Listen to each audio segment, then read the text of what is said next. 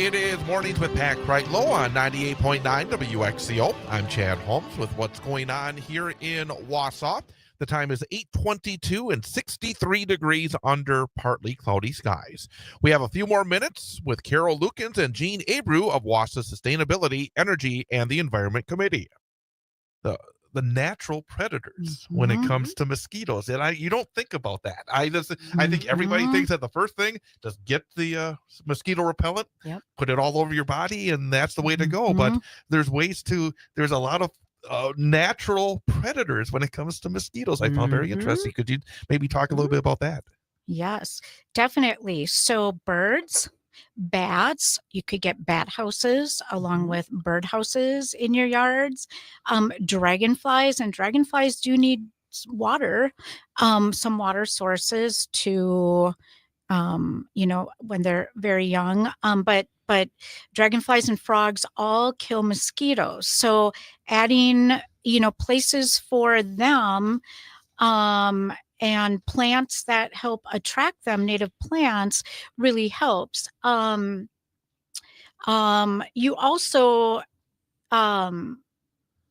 just one little statistic here is that dragonflies can eat hundreds of mosquitoes a day. With a 97% success rate, they're masters at catching food while in flight, eating their body weight in bugs a day, and also eating other flying pests such as gnats, flies, and black flies. So dragonflies are really good as well. In addition to that, you can use physical barriers. Screen patios, set up mosquito netting, wear light colored long sleeves and pants during dawn and dusk when the mosquitoes are most active. You can also try natural repellents and plants, different citronella, different herbs, lavender, basil, mint, marigolds. And then, another thing is even using fans. You could set up fans outside because mosquitoes don't like that moving air. So you can just set fans up outside if you're sitting outside, and that should help keep them away. And I wanted to add, by the way, I checked about the mosquito dunks in our area. I checked at a lot of different big box stores and hardware stores, and they all carry them. So that's really, really, really handy, really nice. In fact, I have to get some of those myself. And also, I guess, before we kind of finish up, and then you can add anything else as well. But there was a note that said, there may be times that you may spray, but make sure that spot spray. Would that be correct? Right. That should be, the rarity, right? If you must, please focus only on maybe some shady, damp areas where mosquitoes hide. But remember that in some of those areas, again, the dragonflies and other, frogs, they're going to be in those areas. So use targeted eco-friendly sprays like those from essential oils instead of chemical foggers. And again, I just want to say there's really a wealth of information on the web. If you start looking, Google works really well with, or I guess any search engine, with just putting in some words. Where can I find more information on this? And would you want to name Doug Tallamy's website? Because that's another excellent resource, Homegrown National Park. Yes, if you Google Doug Tallamy, Tallamy, Homegrown National Park, he talks about doing just what you can in your yard, as little or as much as you want, because if everyone's doing a little something, things will change for our pollinators. And one thing I wanted to throw in too is that we've grown up with this mindset that, if it's the mosquito, we need to get rid of the mosquito. And we focus on eradicating one species, whether it's a plant, a weed, a dandelion, whatever. And we've not trained ourselves to think about who else will be impacted.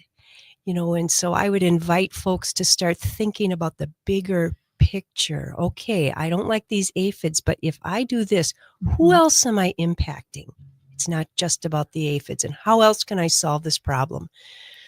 So it's about a mind shift, and that's kind of what we're all working on. Yeah. And you gave me a number of links to learn more. And what we're going to be doing here is we're going to have the entire unedited interview put on my blog. And as part of that, I will put all these links on there as well. Thank you. So people can click on it, after listening to the entire interview, because we have like 7.5 minute segments here. I'm going to cut them into a little few segments here. Yeah. But if you want to, listen to the entire interview uncut, go to my blog, and then as part of the blog, in addition to the audio, we will put all these links where you can learn more about making sure that you use the natural way instead. Again, I guess the bottom line is, before we do finish the whole discussion, is there are a lot of ways to go natural. I mean, even at the end we say, well, if needed, well, odds are you won't need to do that, right?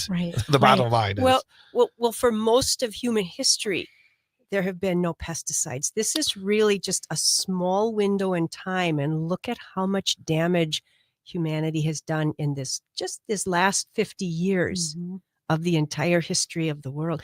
Insects were here since the beginning, practically. They're ancient. We're the newest kind of species. And real fast, the effectiveness and all these different ways of going away from the repellents, they're probably even more effective too, bottom line. I mean, this is not a case where it's going to be less effective either. No, because in the long run, then the other species are also going to be strengthened, and it's the natural predators. And the more we use the synthetic pesticides, mosquitoes build up, or instead they build up resistance. So then those don't work after a while. So going back to the natural cycle and doing things we used to do, leaving things more as it used to be when I was a kid. We've lost like 75% of insects in a lot of areas. Right. That's scary, really scary. Again, we'll have the entire interview with Carol and Jean posted on my blog a little later this morning, so check it out at wxco.fm. The time is 8:30. Good morning.